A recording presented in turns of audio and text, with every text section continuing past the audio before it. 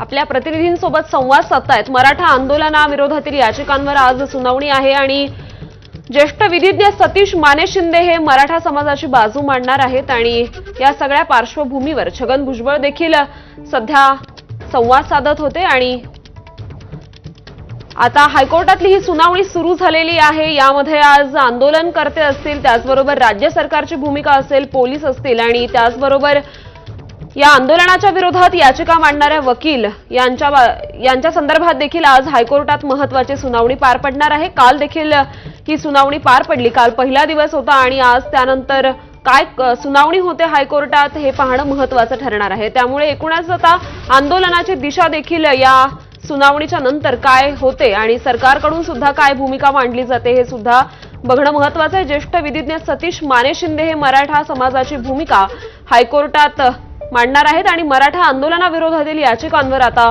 सुनावणी सुरू झालेली आहे।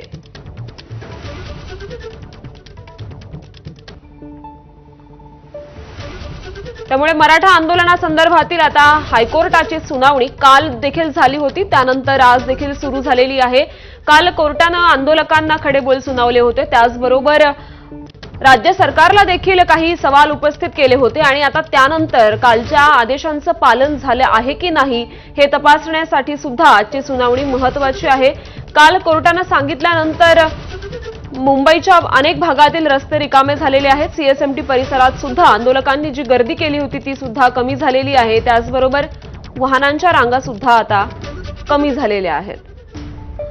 आणि या सुनावणी संदर्भात अधिक अपडेट्स देत आहेत आपले प्रतिनिधी राजू सोनावणे। राजू,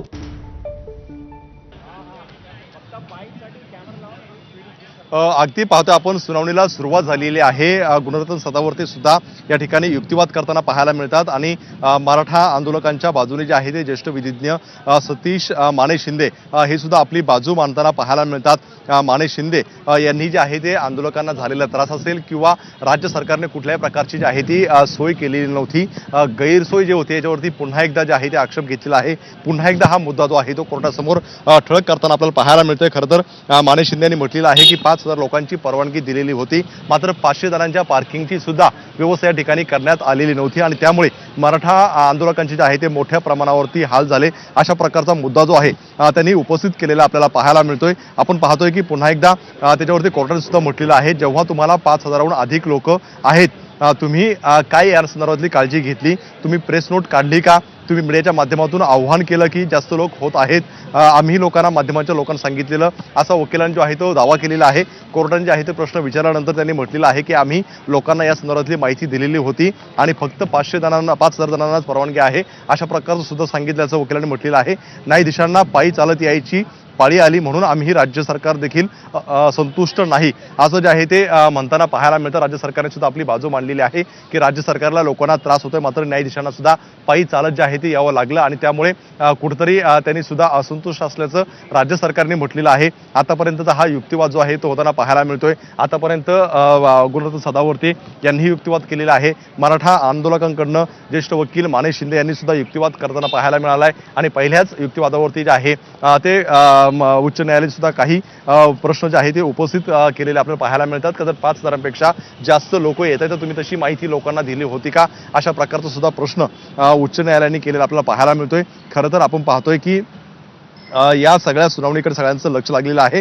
आपण पाहतोय की कोर्टाने पुन्हा एकदा म्हटलेलं आहे का तुम्ही जागा अडवू शकत नाही, असं सुद्धा कोर्टाकडनं म्हटलं गेलेलं आहे। खरं तर आपण काल पाहतोय की कोर्टाने स्पष्ट निर्देश दिलेले होते का ज्याप्रमाणे आपण पाहतोय जी आझाद मैदान वगळता इतर ठिकाणी जे काही रस्ता अडवलेला आहे किंवा जागा अडवलेली आहे ते योग्य नाही, ते तात्काळ खाली करण्याचे निर्देश जे आहे ते कोर्टाने दिलेले होते आणि त्यानुसार आज पुन्हा एकदा कोर्टाने म्हटलेलं आहे का तुम्ही जागा अडवू शकत नाही। त्यामुळे आपण पाहतोय की ही अतिशय महत्त्वाची जी आहे ती अपडेट म्हणावं लागेल। काही अडचण असली तरी तुम्हाला वेळ देत आहोत राज्य आणि आंदोलनकर्त्यांना, असं सुद्धा याच्या दरम्यान जे आहे ते म्हटलं गेलेलं आहे। त्यामुळे आता नवीन आणखी काही मुद्दे जे आहेत ते उपस्थित होतात का हे सुद्धा पाहणं महत्त्वाचं आहे। खरं तर आपण काल पाहतोय का मुंबई उच्च न्यायालयाने काही महत्त्वाच्या जे आहे ते निर्देश दिलेले होते, महत्त्वाच्या टिप्पण्या केलेल्या होत्या आणि त्यावरून पोलिसांनी सुद्धा भूमिका घ्यायला, जागा जे आहे ते खाली करायला सुरुवात केलेली होती। त्यामुळे आज CSMT स्थानक असेल किंवा इतर परिसर जो आहे तो बऱ्यापैकी आपल्याला खाली होताना पाहायला मिळतोय। त्यामुळे आपण पाहतोय की पुन्हा एकदा उच्च न्यायालय अशा प्रकारे घेरता येऊ शकत नाही असं सुद्धा जे आहे ते म्हणण्यात आलेलं आहे। त्यामुळे आपण पाहतोय की काल ज्या प्रकारे सुनावणी सुरू असताना सुद्धा संपूर्ण हायकोर्टाच्या परिसरामध्ये आंदोलक पोहोचलेले होते आणि एक मराठा लाख मराठाचे जे आहे ते घोषणा देताना पाहायला मिळत होते। त्यावरती उच्च न्यायालयाने सुद्धा टिप्पणी केलेली होती, निर्देश दिलेले होते आणि आज पुन्हा एकदा जे आहे ते म्हटले गेलेलं आहे की उच्च न्यायालय अशा प्रकारे घेरता येऊ शकत नाही। त्यामुळे आपण पाहतोय की आज मराठा आंदोलक जे आहे ते कमी प्रमाणात या ठिकाणी उपस्थित आहेत आणि घोषणा सुद्धा होताना पाहायला मिळत नाहीये। खरं तर आपण पाहतोय की कोर्टानं पुन्हा एकदा म्हटलेलं आहे की आंदोलकांकडे परवानगी नाहीये, ही तात्काळ जागा रिकामी करा असे निर्देश कोर्टानं पुन्हा एकदा दिलेले आहेत। पण आपण बघतोय तसं मराठा कोर म्हणजे या आंदोलनासंदर्भातील जी कोर कमिटी आहे ती मात्र यावर ठाम आहे की आम्हाला या आंदोलनाची परवानगी मिळाली होती आणि त्याचबरोबर वाढवून देखील मिळाली होती 3 दिवसांची आणखी।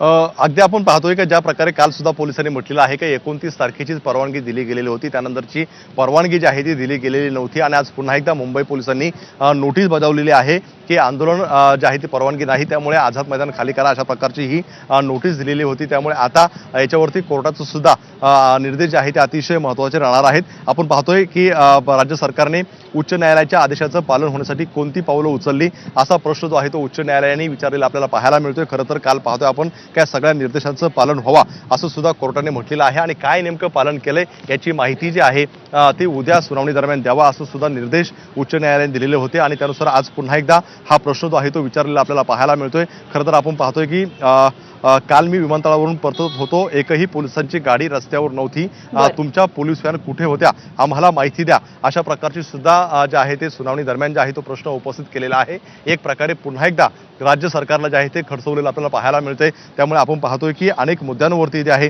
ती या संदर्भातली महत्त्वाची अपडेट आपण बघतोय की दुपारी 3 वाजेपर्यंत जागा रिकामी करण्याचे तात्काळ रिकामी करण्याचे निर्देश कोर्टाकडून दिले जात आहेत, परंतु या संदर्भात खरंच काही पावलं उचलली जाऊ शकतात का? आंदोलनकर्त्यांकडून या आदेशाचं पालन खरंच होऊ शकतं का? कारण 3 वाजेपर्यंत म्हणजे अवघे 2 तास आता शिल्लक राहिलेले आहेत।